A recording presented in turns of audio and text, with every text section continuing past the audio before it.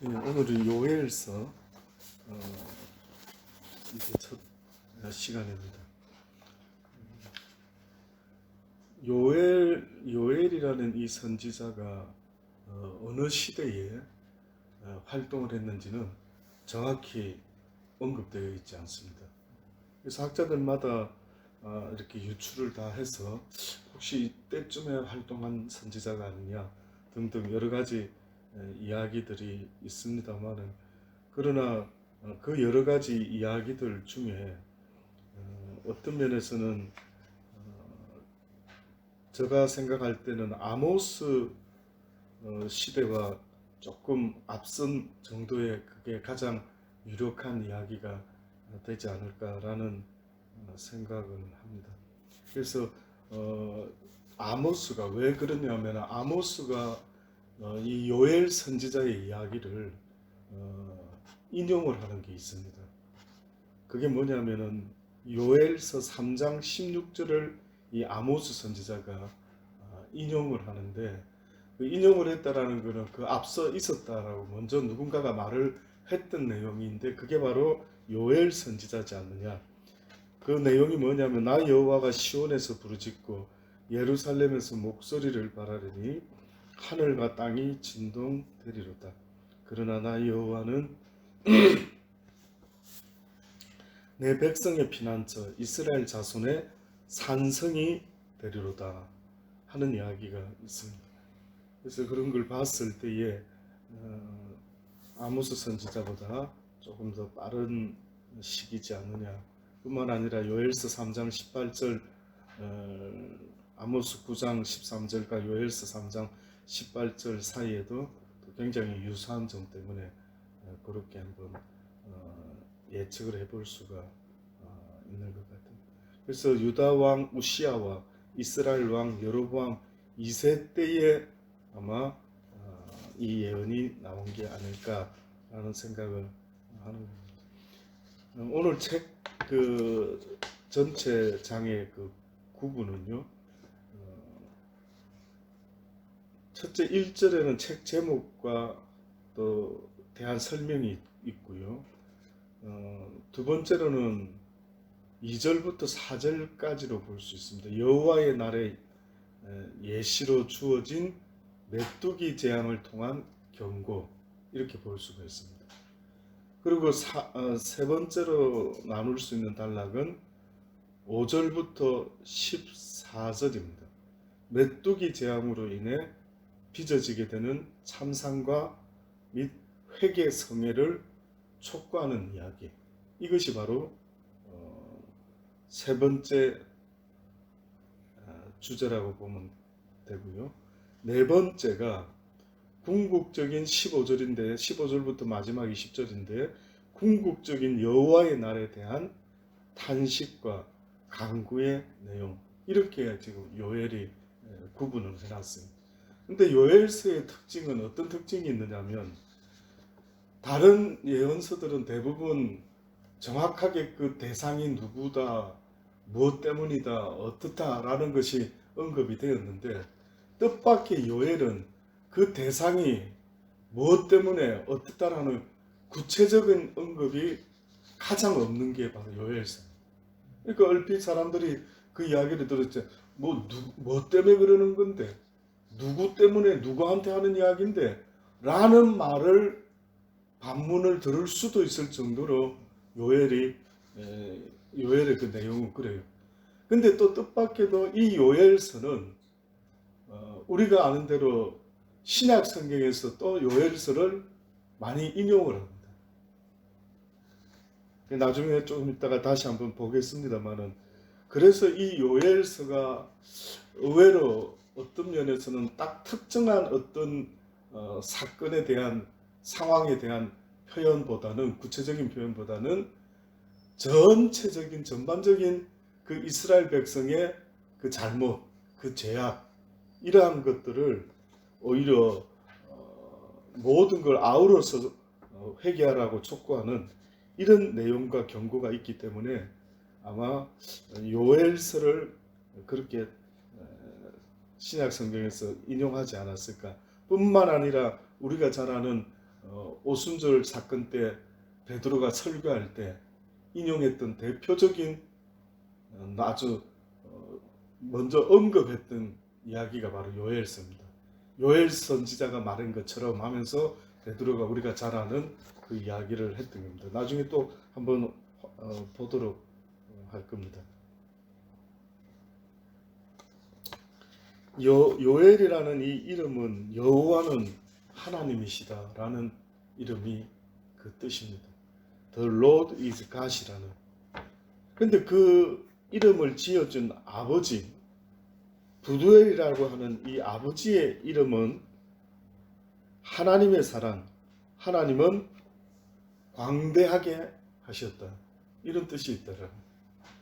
그러니까 뜻밖에도 우리가 이름만 벌써 딱 들어보면은 그 이름을 지은 아버지가 어떤 믿음을 갖고 있는 사람인지 좀 어느 정도 느껴지죠. 저도 우리 아들 셋의 이름을 지을 때에 나름 이렇게 생각을 좀 했습니다. 과연 어떤 게 가장 성경적이면서 뿐만 아니라 그 사람의 그 이름의 그 삶이 어땠는가를 생각하면서요, 나름대로 의미를 부여해서 이름을 세 아들의 이름을 다 성경에서 지었죠. 그 아이들은 자기 이름을 자기 스스로 지은 게 아닙니다.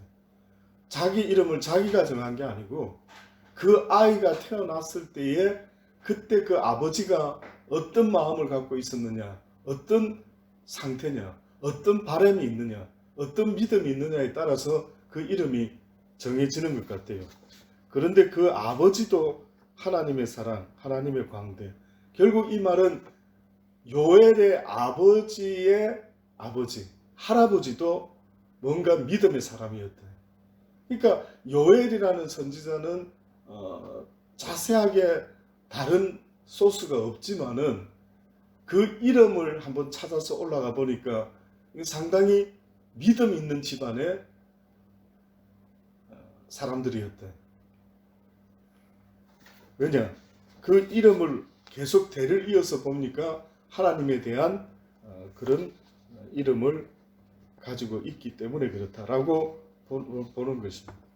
그래서 이 요엘이라는 사람의 집안은 아마 믿음이 상당히 좋았던 집안의 사람이지 않았을까. 다른 거는 없어요.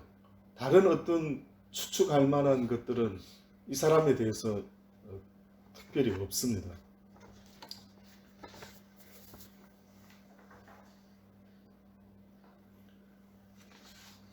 자, 이제 성경이 이제 시작을 하는 첫 번째 말씀은요, 바로 이 책의 제목입니다. 여호와께서 부두엘의 아들 요엘에게 이르신 말씀이라.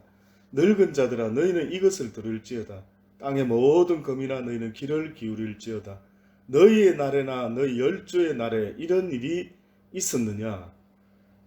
그 전에 그 시대도 언제도 없었던 어떤 일이 있을 거라고 지금 언지를 주고 있죠. 이런 일은 없었다. 지금까지 살아와도 설마 이런 일이 있으리라고 생각을 해봤겠느냐. 우리도 요즘 놀라고 있죠.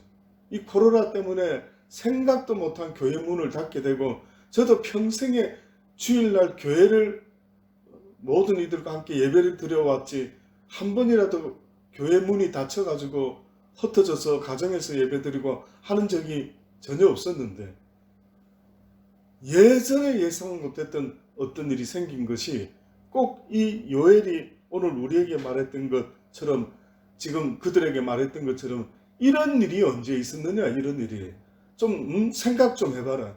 지금 이런 장면을 보면서도 어떻게 너희가 가만히 맹숭맹숭 있을 수 있느냐. 언제 너희 일생에 있어서 이런 놀라운 일이 벌어진 적이 있었느냐. 이렇게 지금 시작을 하고 있는 겁니다. 그러니까 무슨 일 때문에 이렇게 표현을 했을까요? 물론 지금도 우리는 이 코비드19 때문에 여러 가지로 이야기들을 하고는 있습니다만은, 지금 요엘이 말하는 것은 이 정도 수준이 아니에요. 그냥 우리가 지금 있는 이런 수준이 아니라 도대체 어느 수준이길래 무슨 표현을 어떻게 묘사를 하려고 하는 건가 싶을 정도로 이제 표현을 하는데, 너희는 이 일을 너희 자녀에게 고하고 너희 자녀는 자기 자녀에게 고하고 그 자녀는 후시대에 고할지라. 자자손손 이 이야기를 계속 잊어먹지 말고 전달했으면 좋겠다라고 하면서요, 팥종이가 남긴 것을 메뚜기가 먹고 메뚜기가 남긴 것을 넛이 먹고 넛이 남긴 것을 황충이 먹었도다. 이걸 전해라는 겁니다. 팥종이, 메뚜기, 넛, 황충, 이 전부 다 이 메뚜기과입니다. 메뚜기. 그 시대에 이 메뚜기라는 것이 무엇으로 비유가 되었는가 보니까, 메뚜기라는 존재는 하나님의 진노의 어떠한 막대기 같이 표현이 된 거예요. 진노의 막대기. 그러니까 메뚜기인데, 여기 지금 보니까요, 주로 학자들이 생각하는 것들은 한 두 가지로 나눠지는 것 같아요. 팥종이나 메뚜기나 그 넛이나 황충이 다 같은 메뚜기라는. 근데 그 대신 팥종이는 어린 메뚜기, 좀 이제 자라고 있는 메뚜기고, 이 메뚜기가 좀 어린 메뚜기들이 뭔가를 다 갉아 먹었는데, 얘네들이 이제 자라서 장성한 6, 7cm 정도의 메뚜기가 되었다. 이 메뚜기가 그 자라면서 먹었던, 아이들이 먹었던, 팥종이가 먹었던 그 남은 식물을 다 먹어버린다. 근데 또 그게 남긴 것을 늑시 먹는다. 늑시 먹고 남긴 것은 황충이 먹는다. 늑도 어린 메뚜기를 말합니다. 늑. 어떻게 보면.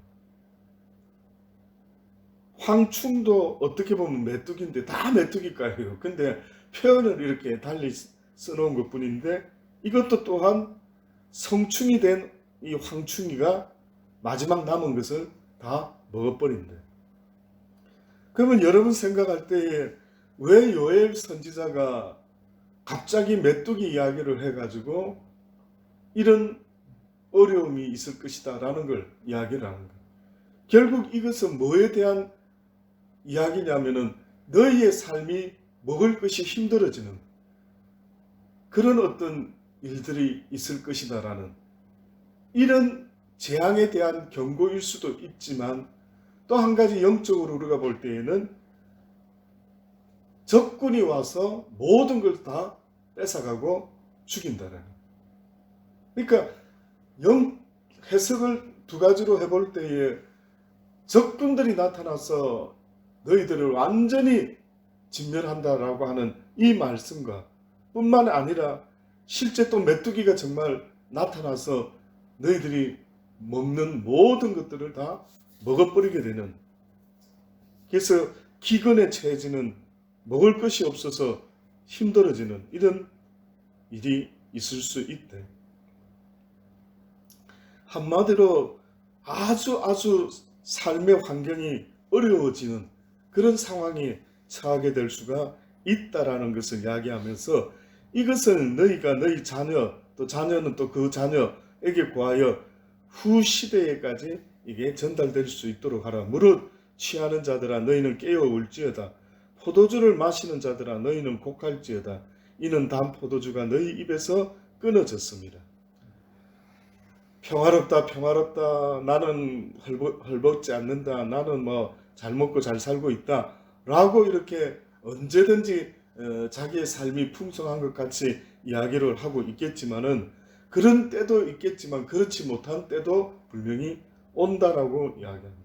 성경은 전체적으로 봤을 때는 결론적으로 앞으로 다가오는 세상이 아주 좋을 것이다 라는 것보다, 고난과 환난과 그 하나님의 저지먼트 데이 때 엄청난 힘듦이 있을 수밖에 없다라는 걸 계속 이야기를 하죠.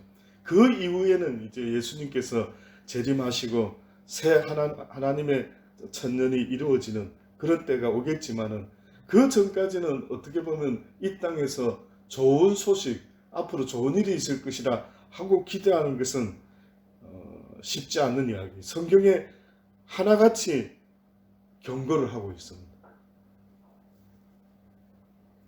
한 이족이 내 땅에 올라왔음이로다. 그들은 강하고 무수하며 그 이는 사자의 이 같고 그 어금니는 암사자의 어금니 같다. 그래서 이 메뚜기 이야기가 진짜 메뚜기인지 아니면 방금과 같이 한 이족이 내 땅에 올라왔음이로다. 그들은 강하고 무수하며 그 이는 사자의 이 같고 어금니는 암사자의 어금니 같도다. 그들이 내 포도나무를 멸하며 내 무화과를 긁어 말갛게 벗겨서 버리니 그 모든 가지가 하얗게 되었다. 이스라엘 백성에게 있어서 포도나무와 무화과 나무는 아주 대표적인 상징적인 그들의 나무죠. 그래서 그들은 포도나무를 어떻게 보면 가장 중요시하고 뿐만 아니라 무화과 나무의 열매를 또한 그들은 아마 어떻게 보면 즐겨 먹었던 그런 사람들이었는데 그 중요한 두 나무가 완전히 끓어져서 말갛게 벗겨져 버리고 말 것이다 라는 그런 예언을 합니다. 좋은 이야기가 아니죠. 지금 계속해서 어려운 일이 있을 것을 이야기를 합니다. 너희는 애곡하기를 처녀가 어렸을 때 약혼한 남편을 인하여 굵은 배로 동이고 애곡한가 같이 할지어다. 이스라엘에서는 처녀들이 어린 나이에 벌써 정혼자를 정합니다. 그리고 이제 우리가 아는 마리아와 요셉과 같이 결혼을 하지 않았더라도 정혼을 해서 이제 결혼할 걸 준비하고 있을 때가 있죠. 근데 지금 이 이야기는 이제 결혼을 준비하고 있는 아가씨가 있는데 그 정혼한 아가씨의 그 신랑감이 죽어버린 거예요. 그러니까 완전히 생가부가 된 거예요. 이제 이 아가씨는 한마디로 아주 생가부가 되어서 그 안타깝고 속상함이 이루 말할 수 없는,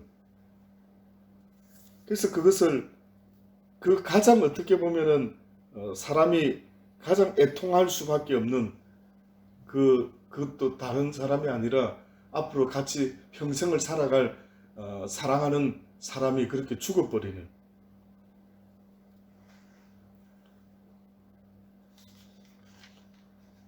너희는 애곡하기를 처녀가 어렸을 때 약혼한 남편을 인하여 굵은 배로 동이고 애곡한 같이 할지어다. 애곡하라, 통곡하라. 어떻게 보면 회개하라. 소재와 전제가 여호와의 전에 끊어졌고 여호와께 수종두는 제사장은 슬퍼하도다.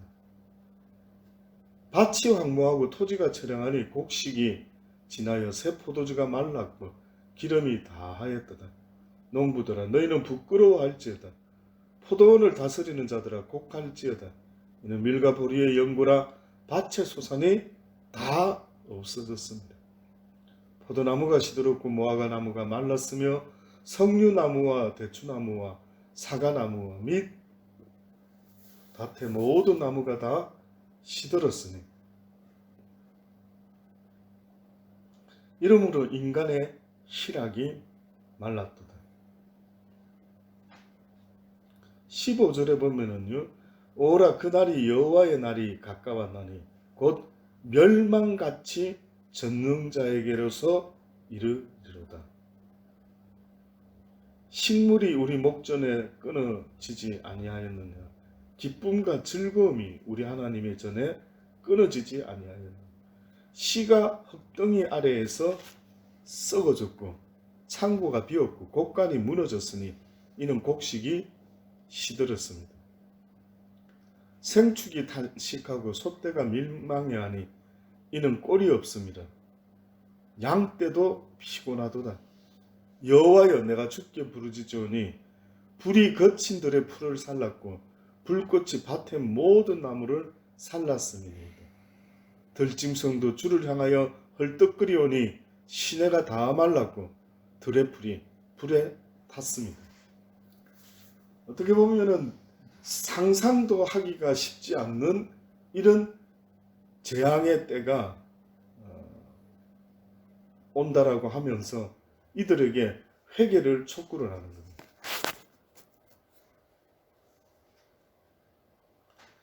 그래서 첫 번째로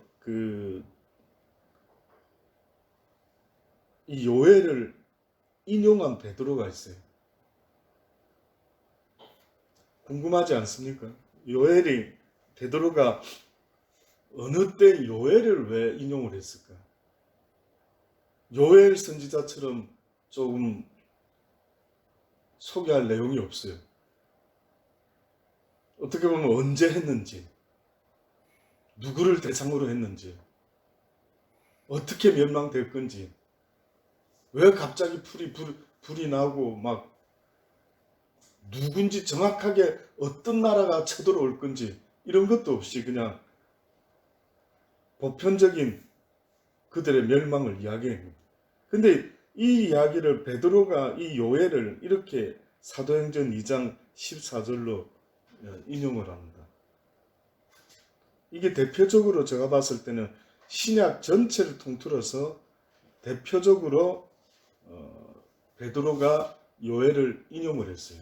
그래서 어떻게 보면 요엘서는 도대체 포커스가 뭘까? 요엘이 말하고자 하는 것은 뭐 비슷비슷한데 그 전에 선지자들도 호세아도 다 말했던 건데 이 뭐 겨우 3장을 가지고 무슨 이야기를 한 거지?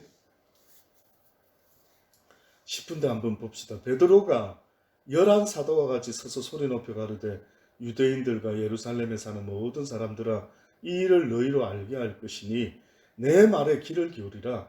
때가 제3시니 너희 생각과 같이 이 사람들이 취한 것이 아니라 이는 곧 선지자 요엘로 말씀하신 것이니 일렀으되 하나님이 가라사대 말세에 내가 내 영으로 모든 육체에게 부어주리니 너희의 자녀들은 예언할 것이요 너희의 젊은이들은 환상을 보고 너희의 늙은이들은 꿈을 꾸리라.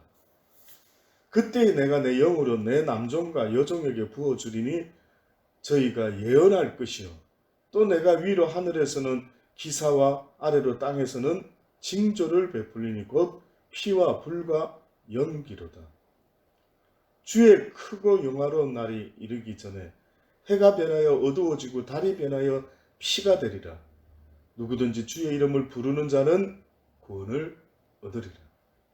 이것이 지금 요엘 선지자가 무슨 이야기를 하고 있는가 하는 것을 어떻게 보면 베드로가 좀 더 구체적으로 이렇게 언급을 하고 있어요. 그러면 지금 방금 우리가 읽은 이 베드로의 이 오순절을 날 첫 번째 이 설교의 서론입니다. 입을 벌려서 베드로가 설교를 하는데 갑자기 베드로가 성령을 받고 설교하는 첫 번째 첫 번째 표현이 요엘 선지자의 것을 인용을 했다 이거예요. 그 요엘 선지자는 보니까 결국은 어떤 걸 언급을 했는지를 베드로는 중요하게 봤느냐 하면은 그 요엘이 이렇게 말했답니다. 하나님이 가라사대 말세에 내가 내 영으로 모든 육체에 부어주리라. 그러면 말세라고 하는 지금 이때를 어느 때로 보고 있느냐 하면 베드로는 바로 지금이라고 보는 거예요. 베드로가 말세라고 말했던 것은 결국은 예수 그리스도가 이 땅에 오셔서 사역을 시작하시는 그 어떤 시기부터는 성경적으로 봤을 때는 선지자들이 말했던 그 말세가 바로 그때부터 시작이 됩니다. 그러니까 우리가 지금 사는 거는 말세 지말이라고 말을 오히려 해야 될 정도고 마지막 시대 말세는 곧 예수님이 이 땅에 오셔서 사역을 시작하는 그 시기 때부터 이제 말세가 시작되었다. 그 말세 때에 하나님이 내 영으로 모든 육체에게 부어주리니 너희 자녀들은 예언할 것이요 너희 젊은이는 환상 보고 늙은이는 꿈을 꾸고 또 내 영으로 내 남종과 여종에게 부어주리니 예언할 것이고 위로 하늘에서는 기사와 아래로 땅에서는 징조를 베풀리라. 이 모든 하나님의 영의 역사가 어떻게 보면은 성령이라고 하는 영의 역사로 이렇게 대표적으로 표현을 해볼 수도 있을 것 같아요. 그래서 이 영의 역사가 있게 된다라고 하면서 예수님이 떠나실 때는 제자들에게 예루살렘을 떠나지 말고 너희가 여기서 기다리라. 무엇을 기다려야 되냐면 성령을 기다려야 됩니다. 그러니까 마지막 때 예수님 때부터 나타나는 어떠한 영적인 징조가 있다고 한다면 그것은 성령의 역사다. 성령의 역사. 하나님의 영의 역사가 모든 이에게 다 일어난다. 늙은이, 젊은이, 주의 종, 주의 남종, 여종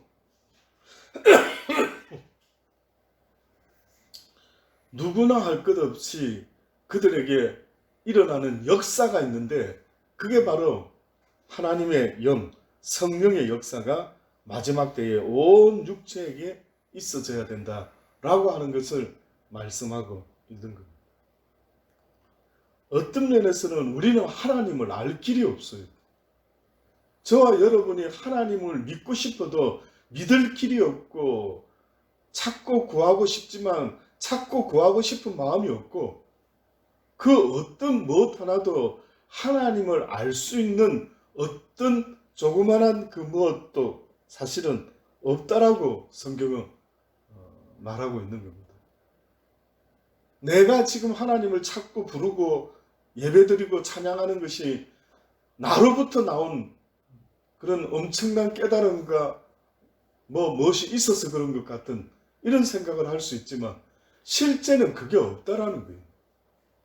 그러니까 여러분이 어떤 면에서 가장 인정해야 되는 나 같은 죄인이라고 말할 수밖에 없는 그 모습은 죄인의 특징은 하나님을 찾을 수가 없는 거예요. 죄인의 특징은 하나님을 구하지를 못하는 거예요.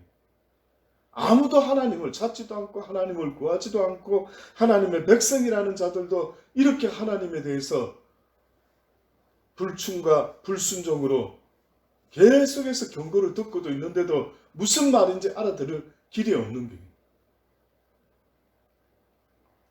그래서 하나님이 어떻게 보면은 그들이 하는 게 아니라 하나님의 열심이, 하나님의 성령이 그 모든 일들을 한다라고 하시면서 제자들에게 예루살렘을 떠나지 말고 기다려라. 주의 성령을 기다려라. 오늘 이 시대에 너희가 이 땅에서 구할 것이 있다면 신령한 것을 구하라. 너희가 아무런 그 일을 하려고 해도 할 수 있는 능력이 없음을 이제 깨달았느냐? 작심삼일임을 깨달았느냐? 하나님은 알아도 그것을 이룰 힘이 없다라는 것, 말씀에 순종할 수 있는 힘이 없다라는 것을 이제 알았느냐? 그렇단다면 너희들이 내게 구해야 될 놀라운 하나님의 영이 있으니 주의 성령을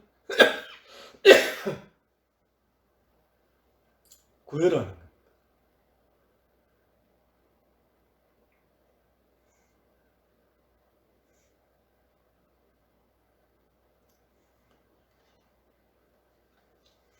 그래서 이 성령이 마지막 때에 말세 때 예수님 이후로부터 이제 그 성령의 역사가 시작될 것이라는 것을 말씀하고 있습니다. 그래서 어떻게 보면은 예수 믿는데 이 성령의 역사를 경험하지 못한다면 어떤 면에서는 굉장히 억울할 것 같아요. 왜냐하면은 지금 여기 보면은 모든 인간이 다 하나님의 영의 부으심을 받는다라고 했고 내 영으로 모든 육체에게 어떻게 한다고요? 부어주리라 그랬죠. 놀랍지 않습니까? 예외 없이 어떻게 보면 하나님을 바라보고 믿고 부족하지만 구하는 모든 이에게 어떤 면에서는 하나님의 영을 부어 주겠다는 뿐만이 아니라 내가 위로 하늘에서는 기사와 아래로 땅에서는 징조를 베풀리라. 곧 피와 불과 연기로다. 피라고 하면은 죽음 아닙니까? 죽음. 어떤 징조를 우리에게 베풀어 주시겠다라는데 그 징조가 뭔가 보니까 피와 불과 뭐 산불인지 아니면은 전쟁으로 인한 불인지 불과 연기로다. 그러니 어떤 면에서는 정확히 우리는 알 길은 없지만은 피, 불, 연기 뭐 이거는 어떤 영화 장면 중에 막 폐허가 된 어느 지구의 미래 아주 뭐 영화에서 자주 등장하는 그래서 완전히 막 잿빛 지구가 돼버리고 모든 빌딩이 모든 것들이 다 파괴가 되어서 그저 아지랭이 같은 연기만 군데군데 올라오고 자욱한 이런 상황을 보는 듯이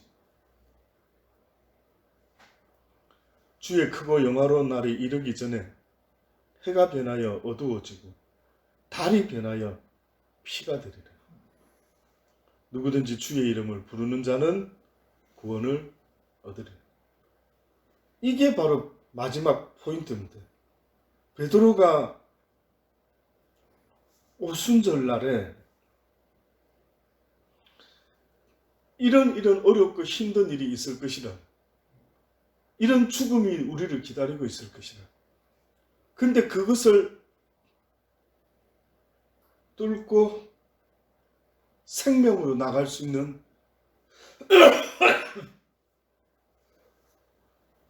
유일한 길이 있을 수 있다. 그게 뭐냐면 주의 이름을 어떻게 해야 된다고요? 불러야 된다. 많은 6.25 전쟁 때에 그 예수님을 경험한 사람들의 감정 중에 대부분이 제가 보니까요. 어떤 감정이냐면은 그들이 죽음 앞에서 이러는 거예요. 하나님, 죽지 않고 살아날 수 있도록 지켜보아요 주십시오. 그러면 내가 목사도 되고, 그러면 내가 하나님의 일을 위하여, 그러면 내가 평생을 주님께 바치겠습니다. 내 삶을.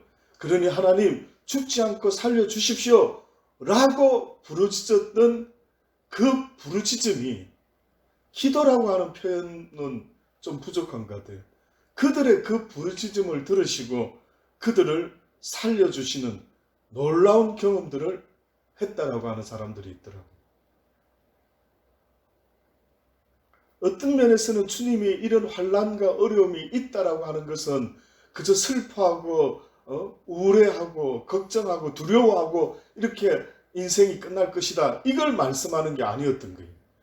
이 모든 어렵고 힘든 속에 있지만은 그러나 최종적으로 이렇게 하는 이유는 하나님 나 살려달라고 나 구원해달라고 이렇게 부르짖게 만들어서 그 부르짖는 자들을 하나님은 구원하겠다는. 그러니 이 인류의 역사가 이렇게 지금 흘러가고 있는 것, 처음부터 구원이 필요 없는 구원의 자리에다가 우리가 존재하고 있었으면 될 거 아닙니까? 그러면 아예 뭐 구원이고 죄고 뭐 회개고 이게 없어도 되겠죠.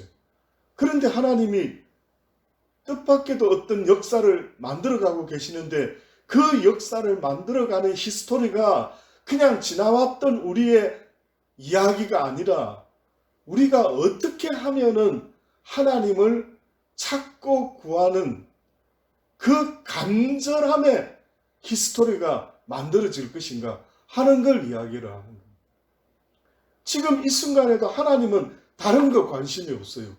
여러분이 무슨 직업을 가지고 있고 얼만큼 잘 먹고 잘 사는 이런 삶을 사는지는 하나님은 뜻밖에도 관심이 없어요. 그러니 어쩌면 좋습니까? 여러분은 잘 먹고 잘 사는 일에 관심이 있었는지 모르지만 하나님은 우리의 영혼의 구원에 관심이 있었던 겁니다.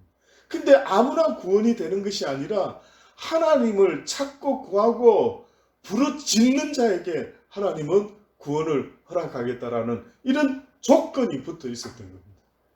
그래서 우리가 잘 아는 한편 강도도 죽기 바로 직전에 한 게 아무것도 없어요. 선지자 노릇 한 것도 없고 그 뭐 좋은 거 한 것도 없고 아무것도 오히려 어떤 사람은 선지자 노릇하고 막 온갖 이적을 행하고 했는데도 주님이 이 불법을 행한 자라 나는 너희를 알지 못한다. 하나님의 법은 그거 아니에요. 복음을 전하는 것은 성령의 역사예요. 성령의 역사. 복음을 전하는 것은 사도들이 자기들의 믿음으로 했던 게 아니라 성령이 그들에게 임할 때까지 기다리라라고 했을 때 성령이 임하고 나니 그때부터 역사가 일어났죠. 그래서 배우지도 않은 것들을 말을 막 하니까 오늘 아까 베드로가 했던 설교를 쫙 들었던 사람들 뭐라고 이야기합니까? 저들이 어떻게 저런 지식을 가졌는가? 그들의 힘으로 복음을 전했던 게 아니에요. 하나님이 그 육신을 통하여 사역을 하셨기 때문에 그런 놀라운 능력과 이적이 일어났던 거죠. 그러니 그 일은 하나님 앞에서의 구원의 문제와는 전혀 상관이 없는 겁니다. 내가 복음을 전했기 때문에 구원받는다. 내가 선교사였기 때문에 목사였기 때문에 구원을 받는다. 그거로는 안 된다. 그거는. 사도 바울은 복음을 전하는 일로는 누구보다 1등이었지만 그는 그걸로 구원받을 것이다 생각했던 게 아니에요. 그는 날마다 나를 쳐서 복종시킴으로 구원받는 것을 알고 있었어요.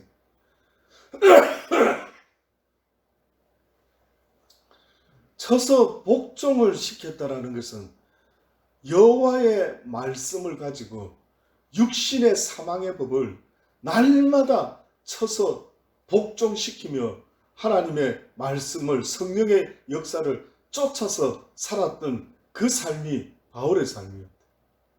그러니 바울은 어떤 면에서는 자기가 많은 사람에게 복음을 전하고 버림을 당할까 봐 오히려 두려워서 늘 말씀 안에서 순종하며 살아가려고 그렇게 애를 썼던 사람이었죠. 그래서 성경에 말씀하기도 아무리 선지자 노릇해도 소용이 없다. 불법을 행했다. 왜 불법을 행했다? 법을 어겼다라고 말했느냐 하면은 여호와의 법을 전하면서도 그가 그 법을 지켜 행하지 않았기 때문에 그 사람은 법을 알고도 행치 아니한 불법을 행한 사람이다라고 그렇게 말씀을 하고 있는 겁니다. 주의 이름을 부르는 게 필요합니다. 지금까지도 주의 이름을 불렀다라고 스스로 생각하십니까? 하나님은 잠깐 부르다가 또 그냥 쉬었다가 또 딴 일 하다가 또 시간 조금 내어서 잠깐 부르는 이 부름을 네가 정말 나를 부르는구나. 네가 정말 나를 찾는구나. 라고 말하지 않습니다. 왜 어린아이 같이 아니하면 이라고 했던 것 중에 그 어린아이 속성 중에는요. 만약에 그가 부모가 필요하고 뭔가 도움이 필요하고 아니면 부모가 없으면 안 되겠다 싶으면 막 울면서라도 부모를 부르는 그 모습은 올인 하는 거예요. 딴 거를 이렇게 계산하지 않습니다. 뭐 하다가 조금 나 좀 뭐 점심 먹을 시간이네. 물론 그런 아이가 있을는지 모르겠는데 자기 목적을 달성할 때까지 울고 불고 난리죠. 그게 애들의 특징입니다. 하나님은 그런 걸 원한다라는 시험시험 구하는 걸 원하시는 게 아니라 어떤 면에는 막 끝을 보는 겁니다. 시도 때도 없이 구하는 겁니다. 계속해서 끈질기게 그 과부와 같이 불의한 재판관에게 원수를 좀 갚아달라고 그렇게 끈질기게 부르짖는 그 모습을 아주 좋게 봤던 거예요.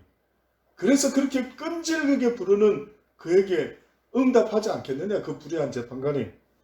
하물며 여호와께서 그렇게 너희들에게 나를 찾는 자에게 내가 응답하지 않겠느냐.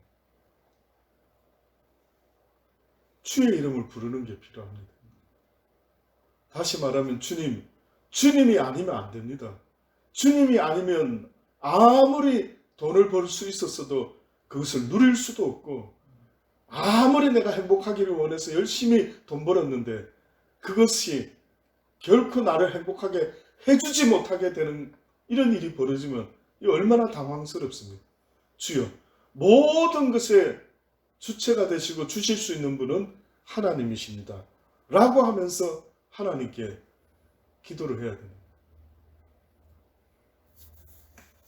돈 버는 것도 사실은 행복 때문에 아닙니까? 행복하려고, 기분 좋으려고, 어렵지 않으려고, 어려움을 다 날려버리려고. 그렇다면 주님께 구해야죠. 하나님, 주님만이 주시는 평안을, 그 행복을 얻기를 원합니다. 그래서 신약 성경에 주의 이름을 부르는 자, 주의 이름을 부르는 자, 사도 바울도 로마서의 10장 11절에 성경에 이르되 누구든지 저를 믿는 자는 부끄러움을 당하지 아니하리라. 유대인이나 헬라인이나 차별이 없습니다. 한 주께서 모든 사람의 주가 되사 저를 부르는 모든 사람에게 부요하시도다. 누구든지 주의 이름을 부르는 자는 구원을 얻으리라. 이게 바울이 로마서에서 말했던 모든 사람들을 부요케 하시는데, 모든 사람을 충만하게 풍성하게 부자되게 만드실 수 있는 그 영혼의 부자를 만드시는 그분이 바로 우리의 주가 되신다. 그러니 저를 불러라. 누구든지 주의 이름을 부르는 자는 구원을 얻으리라. 그러니까 한마디로 말하면 내 인생에 있어서 영혼의 기쁨은 세상의 그 무엇으로도 얻을 수 있는 것이 아니라 하나님께서 그것을 허락해 주셔야 됩니다. 내 영혼의 구원, 아무리 많은 걸 세상 걸 가져도 네가 어떻게 생명과 바꿀 수가 있겠느냐.